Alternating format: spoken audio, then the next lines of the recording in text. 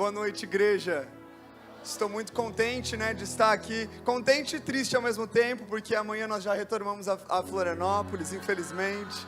Mas eu me sinto em casa aqui, estou muito feliz, muito feliz. Eu fui muito ministrado, fui muito amado, fui muito recebido aqui de uma maneira que o Senhor tem constrangido o meu coração.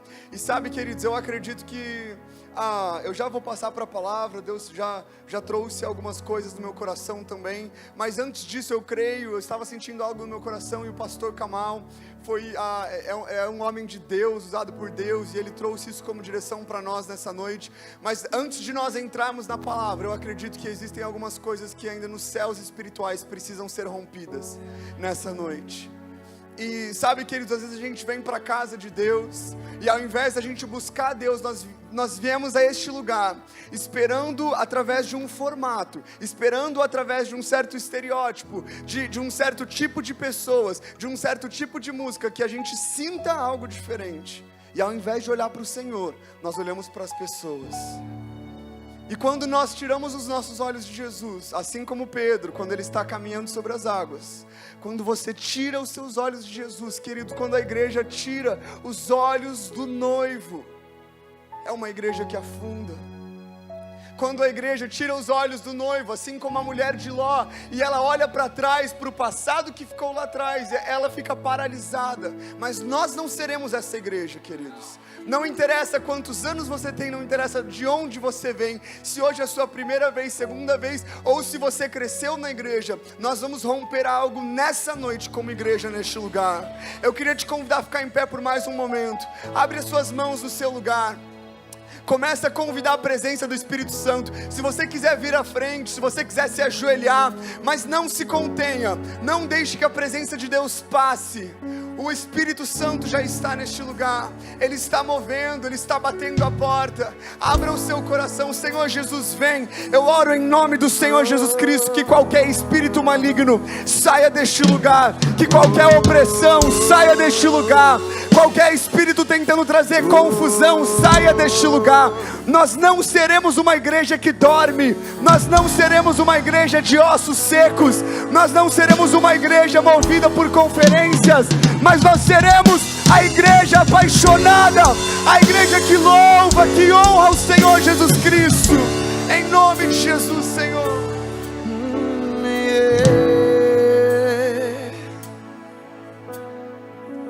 Oh, Espírito de Deus, faz chover, abra as comportas dos céus, faz chover,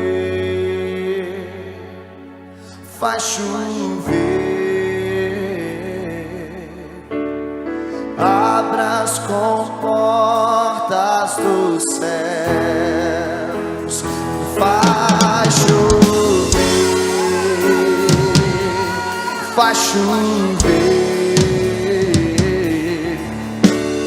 abra as comportas dos céus,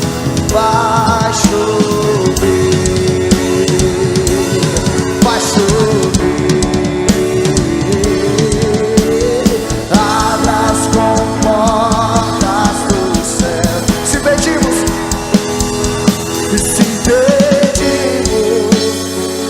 Jesus irá, e como chuva descerá. Se pedimos, Jesus irá, e como chuva descerá. Se pedimos, Jesus irá. Então clame, então grite, então chame por Ele. Faz chover,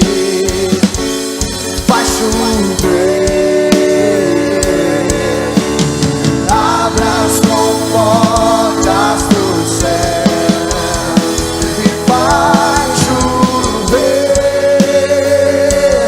faz chover.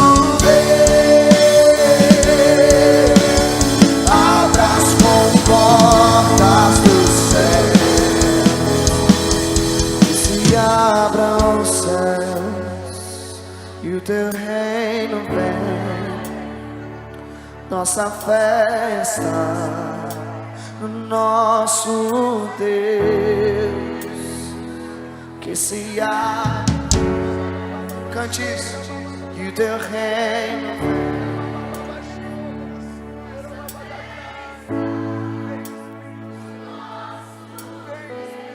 Declare que se abram os céus.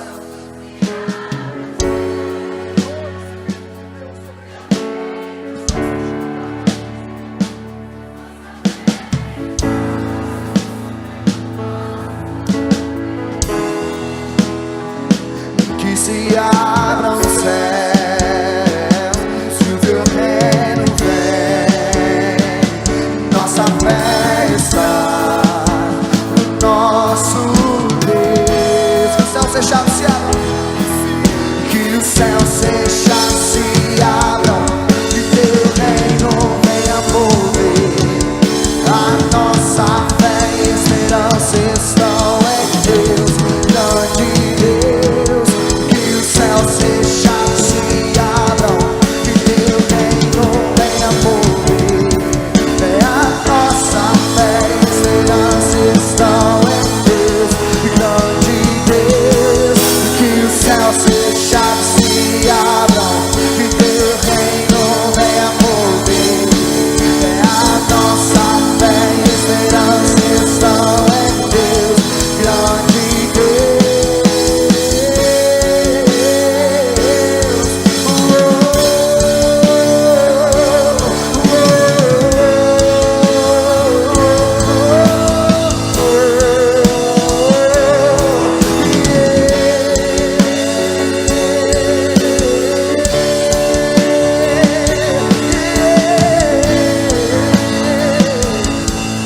Levante suas mãos aos céus e comece a falar: Jesus, tu és lindo. Tu és lindo, Jesus. Abra sua boca agora e comece a cantar uma canção de amor ao Senhor.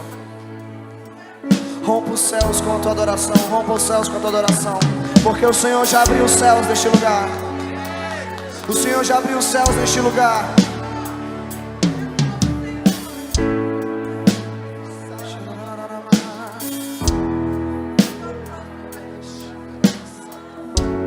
Lindo, lindo, lindo és.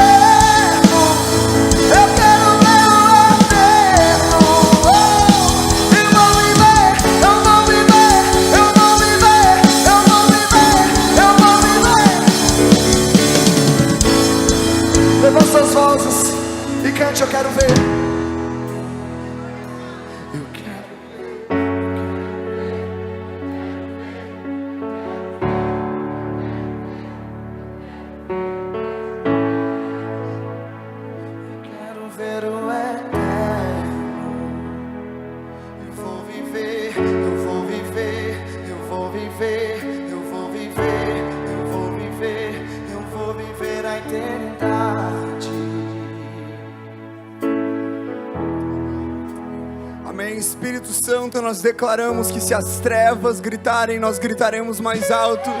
Senhor, nós declaramos, Senhor, que se as trevas escurecerem, nós brilharemos mais forte. Senhor, mas nós decretamos sobre esta cidade, sobre esta igreja, que é chegada a nossa hora, Senhor.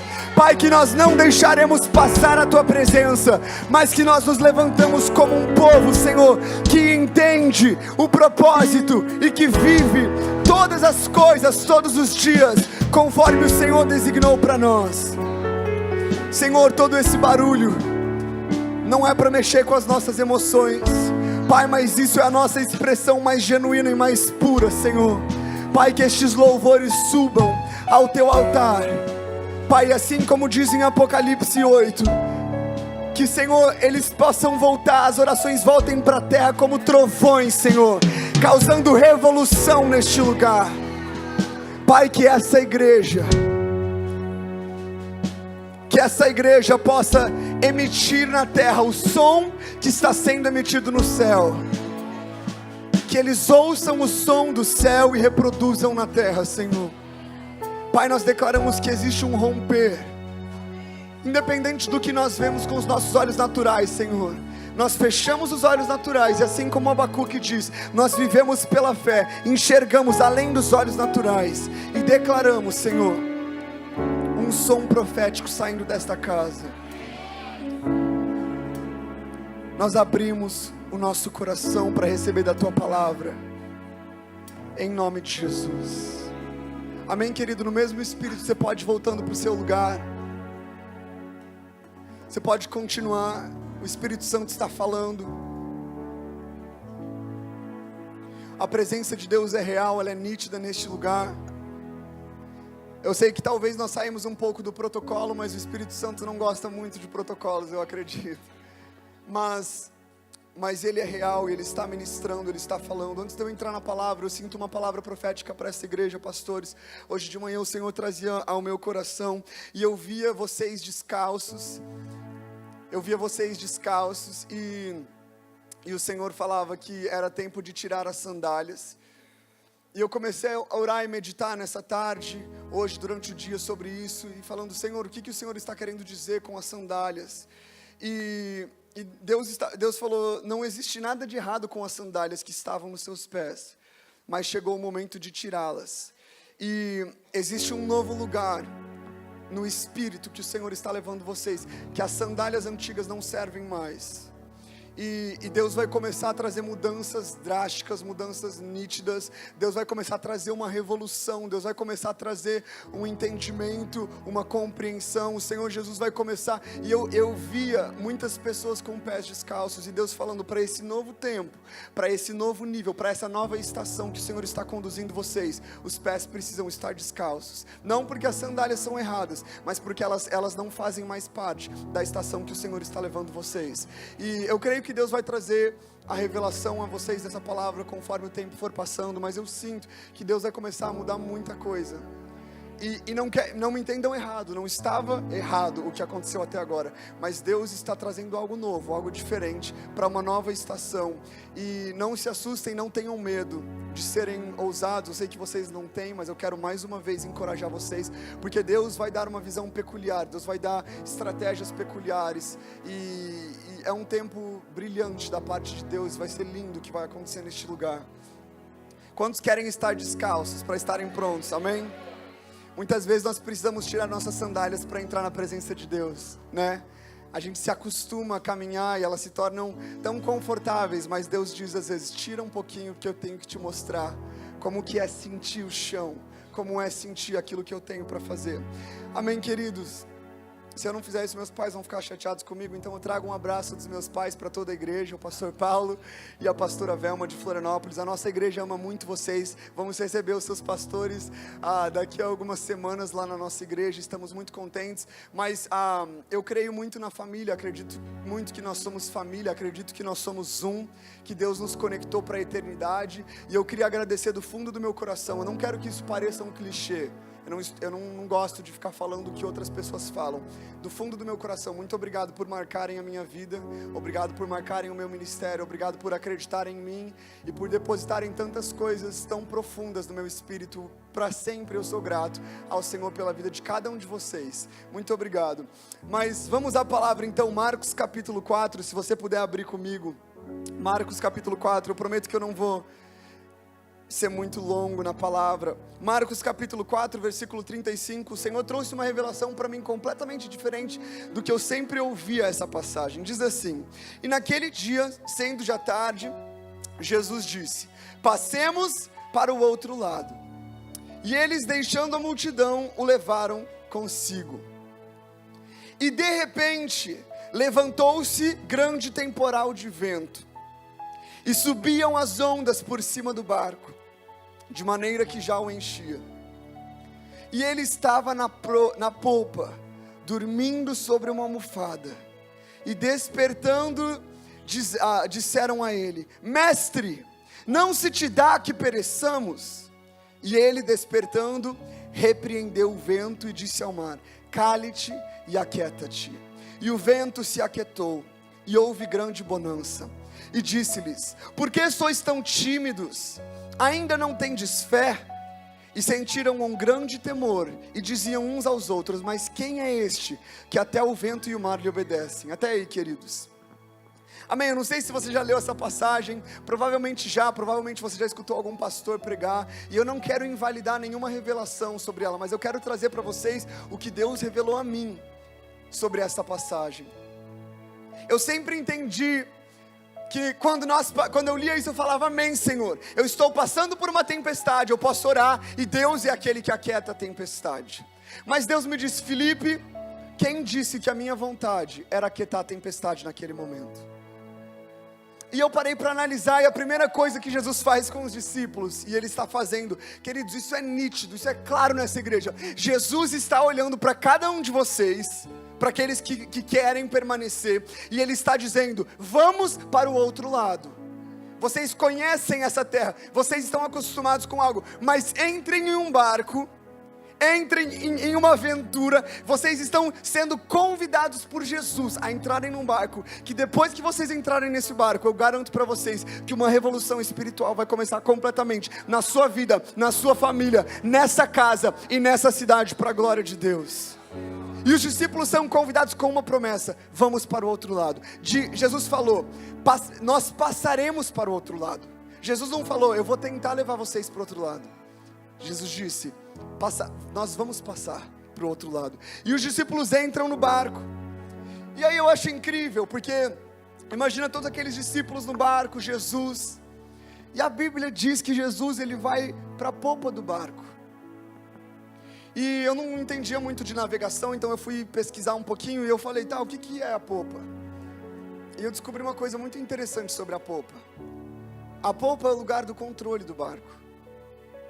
Toda a direção do barco sai de dentro da popa. O lugar para onde você vai depende da condução que será dada na popa. E Jesus, a Bíblia traz até que ele levou uma almofada. Eu imagino a almofadinha de Jesus, ele cansado. Eu imagino Jesus olhando lá para o timão e pensando: eu vou colocar aqui, eu vou encostar minha cabeça e eu vou dormir nesse timão aqui como nunca antes. E eu imagino Jesus roncando, babando naquela almofada, dormindo. Mas Jesus estava dormindo no lugar de controle. E daí a segunda pergunta que Deus me trazia era, e eu queria perguntar isso para você: imagina que Jesus te convidou para dentro de um barco, tá?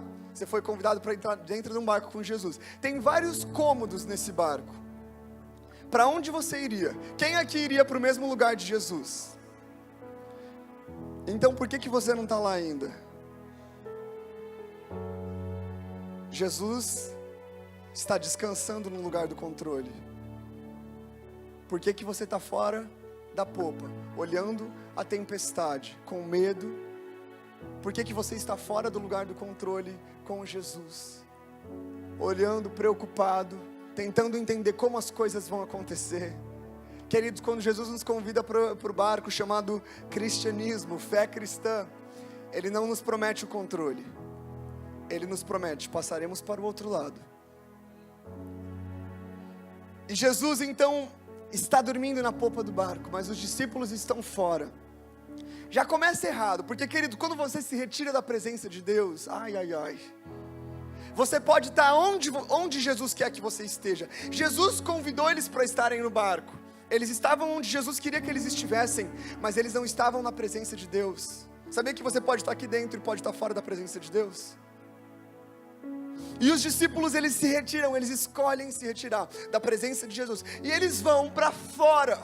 E eles começam a olhar o céu, eles começam a olhar o mar, eles começam a olhar as propostas de trabalho, eles começam a olhar os relacionamentos, eles começam a olhar os problemas no casamento, eles começam a olhar tudo o que assola, as más notícias, os diagnósticos, as enfermidades, eles começam a olhar tudo aquilo.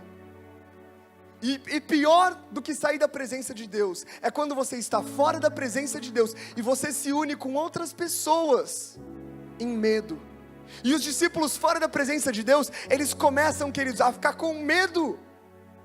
Isso me irrita muito, porque às vezes Deus traz sonhos, Deus traz planos para mim, e eu vou compartilhar com algumas pessoas, e elas são pessoas tomadas por medo. Não, isso não vai dar certo, meu Deus, para, isso é loucura. Mas como é que você vai pagar as contas? Mas meu Deus, Felipe, você está pensando em casar, como é que vai acontecer isso? Mas como é que você vai fazer isso? Você não deveria ir para esse lugar, você deveria entrar por essa porta, por aquela. Sabe, querido, se você está fora da presença de Deus, e você não quer entrar na presença de Deus, tudo bem, eu respeito a sua decisão, mas não tire a coragem das pessoas que estão dentro da presença de Deus. Não abra sua boca para falar medo, para falar covardia, porque o reino de Deus não é para covardes. Sabe, queridos, que os seus pastores são homens, um homem e uma mulher, como qualquer outro. Não sei se você já parou para pensar nisso, né? Porque às vezes a gente cria esse ideal platônico de pastores, mas eles são tentados, eles são provados, eles ficam cansados, eles têm a família deles, eles têm os problemas deles, eles têm pensamentos, sentimentos, eles também lutam. E sabe, queridos, às vezes quando a gente está fora da presença de Deus, é tão fácil a gente começar a olhar e apontar os erros, e apontar os defeitos. É tão fácil a gente começar a criticar, é tão fácil a gente começar a reclamar, ou pior, porque pior do que ficar criticando e reclamando, é você ficar ouvindo tudo isso e achar que está tudo bem. Querido, eu acho incrível, por que ninguém vai falar mal do pastor Kamal para a pastora Cléo, será? Porque eles sabem que ali não tem um ouvido para ouvir esse tipo de coisa. Não sejam ouvidos. Não sejam ouvidos. Tem coisas que a gente precisa. A Bíblia diz: aquele que tem ouvidos para ouvir, ouça. Ouça o quê? A voz de Deus, não a fofoca do irmão e da irmã. E os discípulos fora da presença de Deus, eles começam a se unir em medo. Queridos, que triste que nenhum homem lá se levantou e falou: calma, gente, vamos lá, Jesus está descansando, vamos com ele. Ninguém. Eles se unem em medo. E existe algo muito profético e muito profundo sobre Jesus estar dormindo no lugar da polpa. Porque se você avançar alguns capítulos, lá no jardim do Getsemane, minutos antes, momentos antes de Jesus começar o seu processo para a cruz, a Bíblia diz que ele convidou os discípulos, lembra, para o jardim do Getsemane, e aí eles falam assim, queridos amigos, discípulos, pescadores que agora pescam homens do meu coração, que eu amo, que eu dou minha vida por vocês, que eu passei 3 anos com vocês, eu espero pelo menos isso de vocês, fiquem aqui orando que eu já volto. E Jesus sai, aí aqui Jesus está acordado, ele está orando, falando com o Pai. Quando ele volta, o que os discípulos estão fazendo? Isso acontece várias vezes. Não é engraçado que quando Jesus está acordado, os discípulos estão dormindo, e quando Jesus está dormindo, os discípulos estão acordados? Cara, se Jesus está dormindo, o que você está fazendo acordado? Não me entenda, né? Agora algumas pessoas, graças a Deus, era a palavra que eu precisava ouvir. Vou hibernar até Jesus retornar. Não estou dizendo isso. Mas existe algo sobre nós estarmos colocados no lugar do descanso do Senhor. Sabe que o nosso braço, a nossa força, queridos, não dá, a gente não tem como, nós não somos super-homens aqui, ninguém tem superpoderes para aguentar e para viver dessa maneira. Existem momentos que nós precisamos descansar na presença de Deus. E Jesus está dormindo no lugar do controle. Sabe o que Jesus está falando? Eu nunca ofereci o controle para vocês, discípulos. Vocês podem até ficar acordados, mas o controle ainda está comigo. E Jesus diz para esta casa: eu nunca perdi e eu nunca vou perder o controle da igreja. Jesus nunca vai perder o controle da igreja, queridos. Jesus nunca vai abrir mão do controle da noiva. A pergunta é: quem é e quem não é igreja? Porque se Jesus não vai perder o controle, Ele não vai perder o controle daqueles que estão no mesmo barco que Ele, não daqueles que estão em outros barcos parecidos com o barco de Jesus. Mas o Senhor está no lugar do controle, os discípulos então se unem em medo. E aqui é uma ousadia assim, tamanha, que eu acho incrível, né? Se uniram em medo, Jesus está dormindo, descansando. E o que os discípulos fazem? Eles já chegam destruindo, abrindo a porta lá da popa do barco.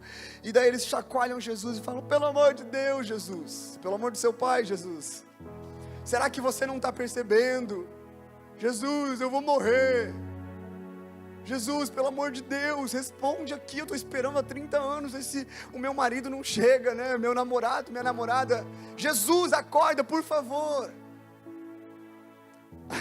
Fala, Jesus.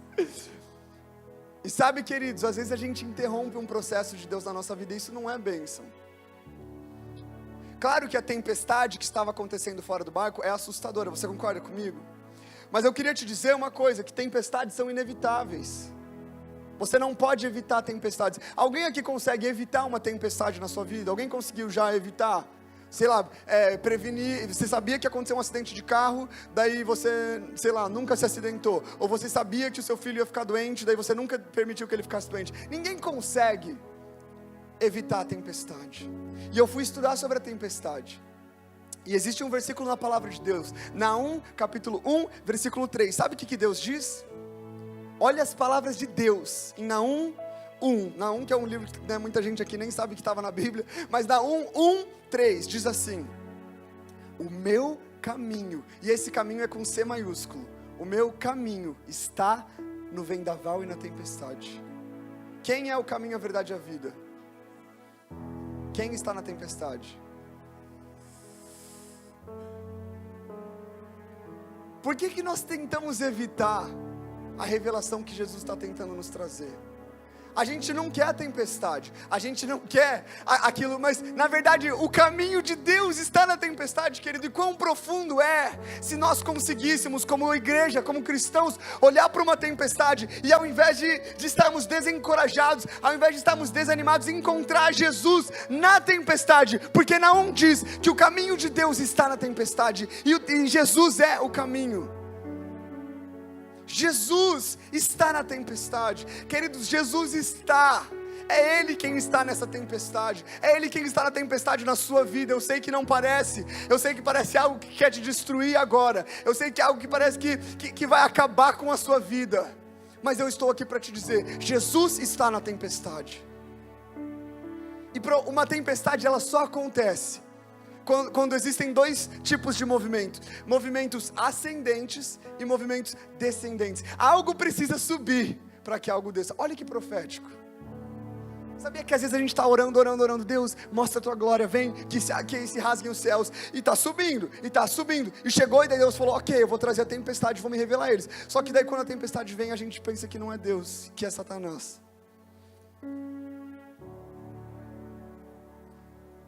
Queridos, Deus está chamando filhos. Deus está chamando uma noiva que vai encontrar Jesus na tempestade. E a Bíblia diz que os discípulos então acordam a Jesus. Porque, queridos, é muito fácil a gente entender uma tempestade quando, por exemplo, acontece com Jonas. Ele desobedece a Deus, vem uma tempestade para que ele volte para o caminho de Deus. É fácil de entender, né? É óbvio que isso ia acontecer, Deus está querendo chamar ele de volta. Mas e quando você está fazendo tudo certo? E quando você está onde Jesus quer que você esteja e a tempestade ainda vem? E quando você está servindo ao Senhor fielmente e o câncer vem? E quando você está servindo ao Senhor fielmente e o seu filho se desvia, a sua filha sai da igreja? É difícil, queridos. A tempestade não é para covardes, a tempestade não é para servos apenas, a tempestade é para filhos que vão encontrar Jesus nela. Mas os discípulos acordam a Jesus, eles interrompem um processo. Jesus acorda já, eu acho que Jesus já olha e fala: o que foi? Olha a tempestade, Senhor, por favor, para. E sabe, queridos, Jesus ele tem o poder de parar a tempestade, sim. E ele pode interromper alguns processos na nossa vida. Você pode pegar atalhos, mas você nunca vai ter uma revelação de Jesus se você fizer isso. Se você interromper a tempestade que Jesus está te conduzindo, você não vai ter a revelação que Ele quer que você tenha. Sabe que se Jesus está permitindo a tempestade na sua vida, é porque Ele quem te chamou para o barco. Ele sabia que isso ia acontecer, e Ele permitiu que todas as coisas acontecessem dessa maneira. E eles interrompem o processo, Jesus acalma o mar, e a resposta de Jesus é: vocês são covardes. Vocês são covardes, vocês não entendem o que eu estou tentando fazer. E queridos, foi muito incrível, porque olha que coisa poderosa. Deus me deu, né, Deus estava falando comigo sobre essa palavra, e nós fomos para a Amazônia, como eu contei para vocês, semana passada, domingo passado eu estava em Manaus, mas nós fomos a algumas tribos ribeirinhas, no meio da floresta amazônica, e nós pegamos um barco. Nós estávamos indo para uma vila que não tem luz elétrica, não tem nada. E gente, no meio do rio Amazonas, de noite, o nosso barco atolou. E eu era o líder da viagem, estava com 16 jovens. A gente estava dormindo na rede, 16 pessoas em um espaço, assim, era uma beliche de redes, era muito engraçado, muito desconfortável também. Mas a gente estava rindo lá, conversando, e de repente o barco atolou. Daí eu falei: ai Jesus, e agora? A gente não vai chegar a tempo, meu Deus do céu, o que vai acontecer? Muito preocupado. E daí o motorista do barco, ele disse assim: eu preciso que todos vocês entrem na popa do barco.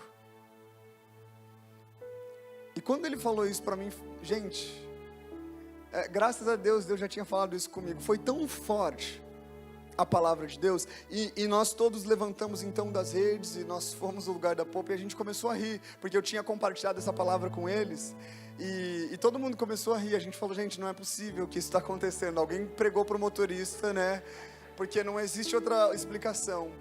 E nós ficamos no lugar da popa, nós dormimos, e acordamos às 5 horas da manhã, empurramos o barco, foi muito engraçado, o barco andou, mas naquela noite eu fui tão ministrado sobre o controle de Jesus, e depois quando nós chegamos na vila, nós fomos entender que Deus tinha nos segurado, Deus tinha nos preservado de algumas coisas que poderiam ter acontecido, alguns perigos que poderiam ter destruído mesmo a nossa vida naquele lugar, e Deus estava no controle do barco, Deus estava naquela tempestade. Foi algo muito profético, foi muito profundo. Mas sabe, queridos, eu não sei o porquê, mas eu sentia hoje de manhã de compartilhar essa palavra, porque eu sinto que existem pessoas aqui que estão passando por tempestades muito difíceis. Talvez está tudo escuro à sua frente, você não está vendo nada, e eu queria dar alguns caminhos para que nós permaneçamos fiéis na tempestade. Os discípulos, eles começaram em obediência, eles entraram no barco, mas eles não terminaram em obediência. Mais importante do que começar em obediência é terminar em obediência. É fácil a gente começar a aceitar Jesus, a questão é permanecer. Mas os discípulos depois, eles se unem em medo. Então os discípulos pegaram um atalho, mas eu queria trazer para você uma palavra de Deus, para que você não precisasse interromper o processo de Deus na sua vida, para que você permanecesse fiel mais um pouco, porque Deus está nisso. A primeira coisa é que para nós permanecermos na tempestade, para que nós cheguemos até o outro lado, a primeira coisa é que nós precisamos nos lembrar da promessa. E qual era a promessa de Jesus? Passaremos para o outro lado. Jesus não falou: olha, eu vou tentar levar vocês, se der, se não tiver tempestade, passaremos para o outro lado. Existe uma promessa sobre a sua vida. Eu não sei o que você está enfrentando à sua frente hoje, queridos, mas eu estou aqui para te dizer que existe uma promessa de Jesus, que diz para você: você vai chegar do outro lado, você vai atravessar, você vai sair da tempestade, você vai encontrar Jesus no lugar mais escuro da sua vida. A promessa de Deus. Existe um versículo em 1 Coríntios que diz: em Cristo Jesus, todas as promessas, nós temos o sim e o amém. Se você está em Cristo, todas as promessas se cumprirão. Primeiro, nós nos lembramos da promessa. Em segundo lugar, nós precisamos viver o processo. Queridos, eu sei que não é fácil, mas nós precisamos viver o processo. Existe um povo que quis não viver o processo, e eles não herdaram a terra prometida. Um povo que estava com Moisés, achou difícil demais o processo. Achou que existiam gigantes demais, a tempestade era difícil demais. E lá em Hebreus diz que eles não herdaram a terra prometida por causa da incredulidade. Querido, se você não está disposto a viver o processo, você não vai conquistar a promessa.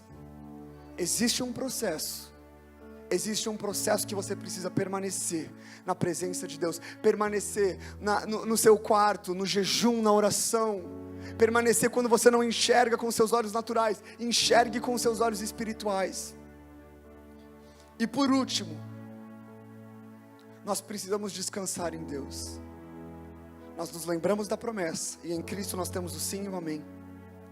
Nós vivemos o processo, permanecemos fiéis, e por último nós descansamos no Senhor. Eu gosto muito do apóstolo João, porque primeiro que eu olho para o meu irmão Tiago e eu imagino ele como João. Porque desde pequeno ele ia para frente do espelho, ficava piscando, falando, cara, você está muito gato. Aí ele era muito engraçado. Pensa num menino que tem autoestima assim, ó, né? Talvez se você procurar autoestima no dicionário, talvez vai estar o nome dele lá. Um menino muito, assim, uma identidade muito linda. E eu imagino que João era assim, queridos. João, ele é conhecido como discípulo amado, lembra? Mas só tem um lugar na Bíblia que traz ele como discípulo amado. No próprio livro de João. Pensa, o cara se chama de discípulo amado, cara. Às vezes a gente pode ler e falar, meu Deus, que cara orgulhoso, que cara metido, mas não é isso, queridos. João sabia quem ele era. Sabe, Jesus não tem filhos preferidos, mas tem filhos que o preferem. Tem pessoas que escolhem Jesus ao invés de qualquer outra pessoa. E aí você tem uma revelação de que você é o preferido de Deus. E João, na última ceia, eles estão lá todos sentadinhos. E a Bíblia diz que João está sentado aonde? Do lado de Jesus. Aí a Bíblia diz que no meio, gente, Jesus está avisando que alguém vai trair, que ele vai morrer na cruz. O povo está chorando lá, tocando um sertanejo, chorando. E João está do lado de Jesus. E a Bíblia diz que ele coloca a cabeça dele sobre o peito de Jesus. João escolhe o lugar do descanso em Jesus. Sabe, queridos, que alguns de nós estão precisando levantar da mesa, ir para o lado de Jesus e colocar a cabeça no peito de Jesus.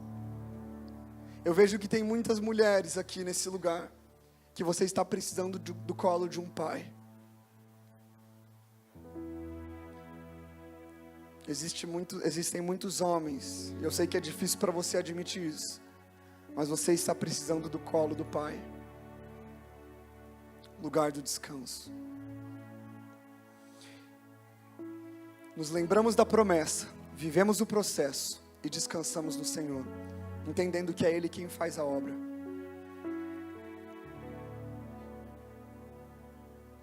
Querido, fecha os teus olhos no teu lugar.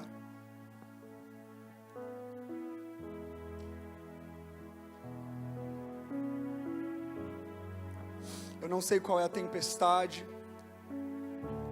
eu não sei qual é a tribulação, a turbulência que você está vivendo. Eu vejo que algumas pessoas, você está pensando, olha, mas eu acho que é tarde demais, eu acho que a tempestade já me destruiu. Eu acho que a tempestade destruiu o meu barco, eu acho que eu estou afundando. Estou aqui para te dizer que não. Jesus ainda está no controle do barco. Eu vejo que existem pessoas neste lugar, você estava longe do Senhor. E você está aqui nessa noite como um filho que retorna ao lar. E você está se sentindo pesado, está se sentindo suja.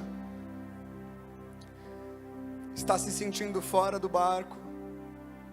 Eu quero te dizer que não. Você ainda está no barco. Jesus ainda está na polpa, Jesus ainda está no controle.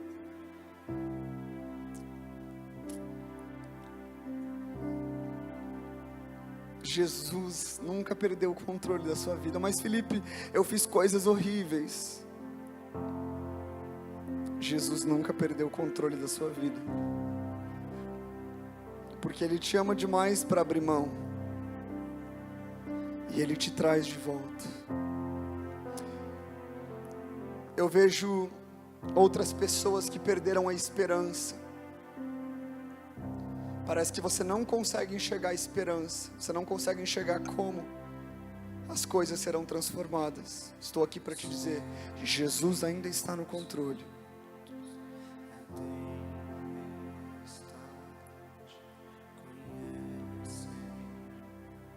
E o último versículo que eu gostaria de ler, fica com seus olhos fechados. É uma palavra de Deus para você. Salmos 46:10. Parem de lutar e saibam que eu sou Deus.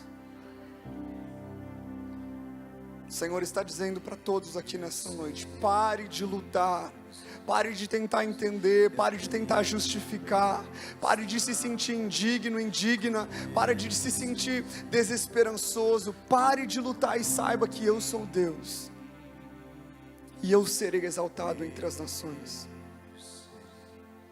Amém, querido? Fique em pé no seu lugar.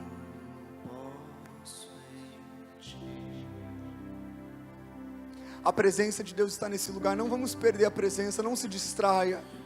Continue no seu lugar, não saia agora. O Espírito Santo está passeando entre nós. Eu vejo Deus encontrando muitas pessoas no meio da tempestade.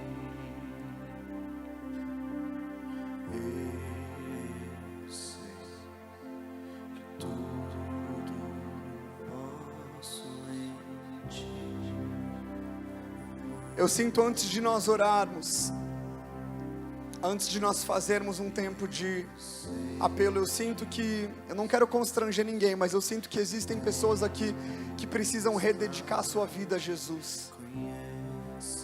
Que você está sentindo no seu coração um desejo forte de entregar a sua vida novamente ao Senhor. Todos de olhos fechados, não queria que ninguém se sentisse constrangido. Mas se existe alguém aqui que deseja entregar a sua vida para Jesus, ou refazer a sua aliança com o Senhor, eu queria te dar a oportunidade nesse momento. Eu queria te dizer que Deus te ama muito e Ele está esperando muito por você. Eu queria te dizer que não existe pecado grande demais, não existe lugar que você possa ter entrado longe demais da presença de Deus. E se você está aqui nessa noite, você deseja fazer uma aliança novamente com o Senhor, eu gostaria que você levantasse a sua mão no seu lugar, todos de olhos fechados, por favor. Amém, obrigado. Se existem mais pessoas, levanta a sua mão no seu lugar como uma resposta ao Senhor. Amém, obrigado. Amém, eu queria que, pode abaixar a sua mão, eu queria que todos repetissem comigo essa oração. Senhor Jesus, eu te convido a transformar a minha vida. Eu tentei com as minhas forças, eu tentei com aquilo que eu sou, mas eu falhei, Senhor. Eu me arrependo dos meus pecados, eu me arrependo da iniquidade, eu preciso ser lavado pelo teu sangue. Perdoa-me, Jesus, e eu te convido a ser o meu Senhor e o meu Salvador, aquele que dirige a minha vida e aquele que me salva, em nome de Jesus. Amém. Amém, querido, obrigado. Eu queria te encorajar, se você fez essa oração nessa noite,